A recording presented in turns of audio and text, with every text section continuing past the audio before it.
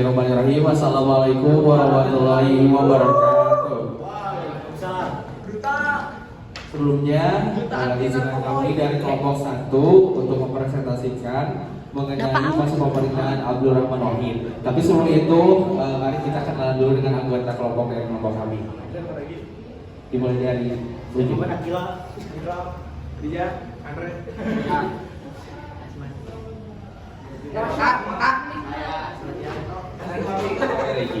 Oke, di sini yang akan pertama kita bahas yaitu mengenai masa jabatan pada tanggal 20 Oktober 1999 sampai dengan 23 Juni 2001.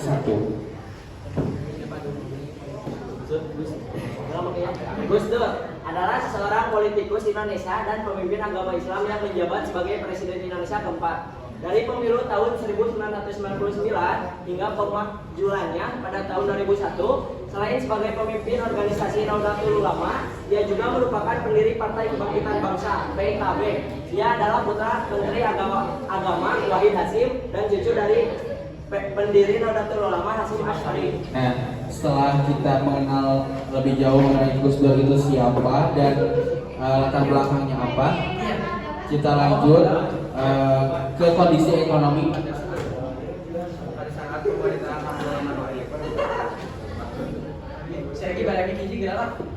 Kondisi ekonominya di masa pemerintahan Abdurrahman Wahid, Gus Dur tahun Gus Dur, perekonomian Indonesia kembali menghadapi tantangan yang sangat berat.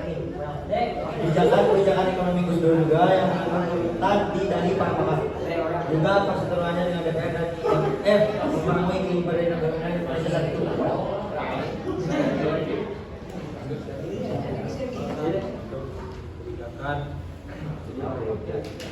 Kebijakan seperti upaya mengubah independensi BI lewat amandemen UU BI bea masuk impor mobil mewah untuk KTT J 15 yang jauh lebih rendah dari yang seharusnya hanya 5%, sementara seharusnya 75%, dan otonomi daerah yang membebaskan daerah untuk mengajukan pinjaman luar negeri tidak populer di masyarakat dan menuai protes.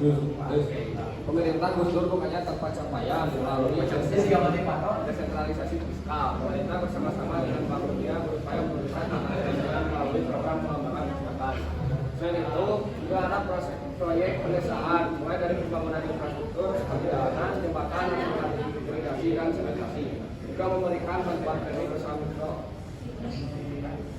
Kondisi politik. Salah satu kebijakan politik Abdurrahman Wahid pada awal pemerintahannya adalah membubarkan Departemen Penerangan pada masa Orde Baru. Departemen Penerangan dimanfaatkan oleh Presiden Soeharto sebagai alat untuk mengamankan kebebasan pers. Selain sebab itu, Gus Dur menghendaki pembubaran Departemen Penerangan agar kebebasan pers bisa terjamin.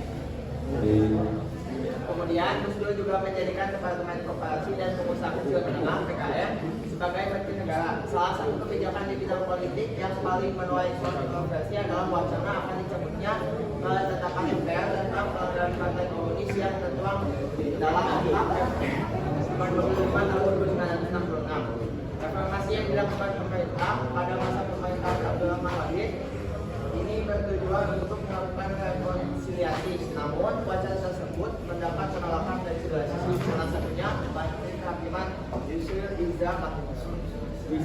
Pada sejarah budaya, Abdurrahman Wahid dikenal sebagai Presiden Indonesia yang sangat vokal dalam budaya. Dia kerap mengatasi masalah disintegrasi dan konflik antar umat terhadap dan secara kebudayaan.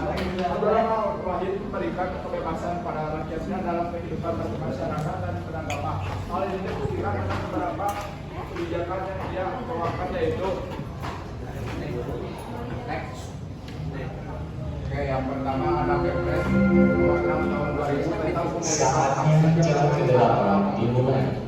Yang kedua, menetapkan tahun baru China atau Imlek sebagai hari besar agama. Selain itu, kebijakan lainnya yang menuai kontroversi adalah sebagai berikut: mencopot Kapolri Jenderal Polisi Rusnadi, mencopot Kapuspen Padika Majen TNI Sudrajat, mencopot Menko Polhukam Wiranto, mengumumkan tentang Menteri Kabinet Pembangunan Nasional yang terlibat kolusi dan nepotisme atau KKN, dan Abdurrahman Wahid yang menyetujui nama Irian Jaya berubah menjadi Papua. Nah, itu dia materi mengenai Gus Dur. Jadi tadi dari materi Gus Dur, yang pertama yang dipengaruhi yaitu di bidang ekonomi, lalu yang kedua yang paling disoroti adalah di bidang politik, dan juga terakhir Gus Dur juga dikenal ia melekat dengan kebudayaan. Sekian dari kelompok kami. Mohon maaf ada kesalahan sebelumnya. Apakah ada